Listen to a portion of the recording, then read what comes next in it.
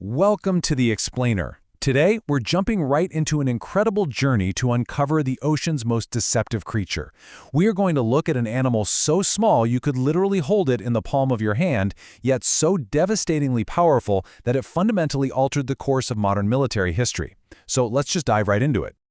Picture this. It's 1943, and we're right in the thick of the Pacific theater of World War II. Allied forces are relying heavily on newly deployed, state-of-the-art sonar technology to detect enemy submarines. But suddenly, naval control rooms are thrown into an absolute panic. Officers are staring at their sonar screens, seeing massive, unexplainable interference patterns just wiping out the readings across huge swaths of the ocean. American submarine commanders are frantically reporting that their primary defensive tech has been completely compromised, and everyone is convinced the enemy has deployed some radical new jamming technology. But here's the crazy part. It wasn't an enemy jammer at all. It was a biological sound. Imagine billions of tiny sources spread across the entire Pacific Ocean floor, all emitting a frequency at the exact same time. It created a literal wall of biological sound so incredibly dense that it rendered sophisticated military sonar completely and utterly useless. The US Navy was so baffled, they eventually had to bring in marine biologists just to figure out what was going on. Now, what's really interesting about this contrast is how completely absurd it is. On one hand, you have an ocean-wide military crisis paralyzing the most advanced navies in the world, and the culprit behind it all? A 2-inch crustacean known as the pistol shrimp, a creature no bigger than your finger, was single-handedly overpowering the combined sonar arrays of entire naval fleets. How is that even physically possible? Well, to understand that, we need to shift our perspective down to the microanatomical scale. Section 1. Anatomy of a biological weapon. 50%. That number right there represents the pistol shrimp's weapon-to-body ratio. If you look at one of these shrimp, the very first thing you'll notice is one dramatically oversized claw, vividly colored in these bright warning shades of red and orange. This single weapon takes up nearly half of its entire 2-inch body length. To put that into perspective for you, that makes its weapon-to-body ratio more extreme than literally any manufactured firearm ever built by humans. And right beside it sits a tiny, totally normal claw. It's a highly asymmetrical, wildly specialized piece of anatomy.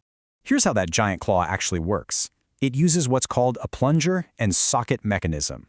The shrimp cocks the plunger half of the claw all the way back, locking it into place under immense muscular tension. The two halves are held apart by a specialized catch mechanism.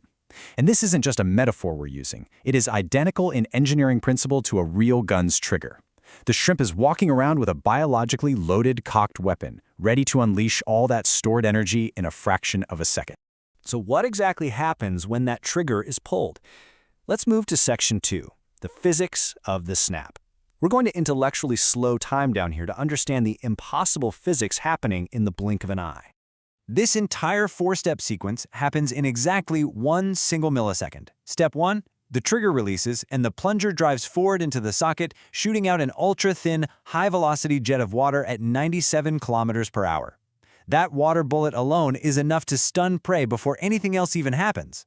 Step 2, because that water jet is moving so incredibly fast, it drops the local water pressure to a near vacuum, creating a perfect sphere called a cavitation bubble. Step 3, the surrounding water violently crashes back in, collapsing the bubble and generating a core of superheated plasma. And finally, Step 4, this collapse emits a brilliant flash of sonoluminescence. All of that absolute chaos packed into 1,000th of a second. Now, the really crucial point here is just how loud this actually gets. To give you an idea, a normal conversation sits at about 60 decibels. A roaring jet engine at takeoff, that hits roughly 150 decibels.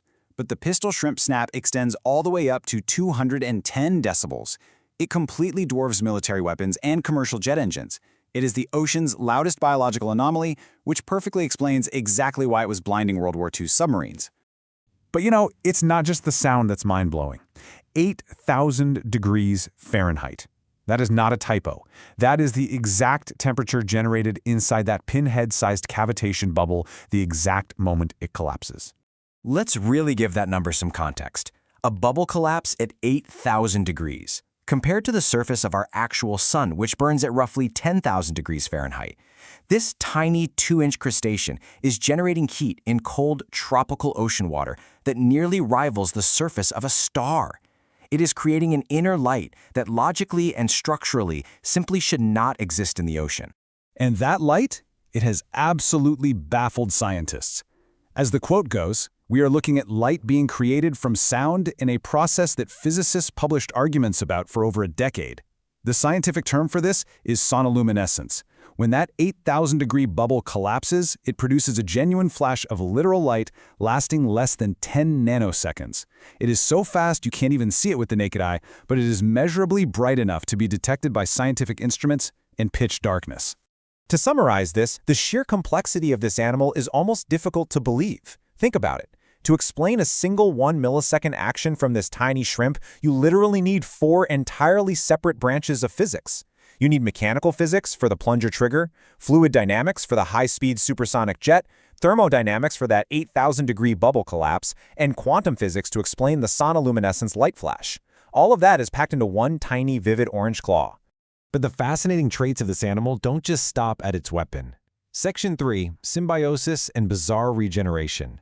First up, let's look at its living situation, because the pistol shrimp engages in this remarkable, absolutely perfect symbiosis. See, despite having a literal weapon of mass destruction attached to its arm, the pistol shrimp is nearly blind. It's actually highly vulnerable to predators.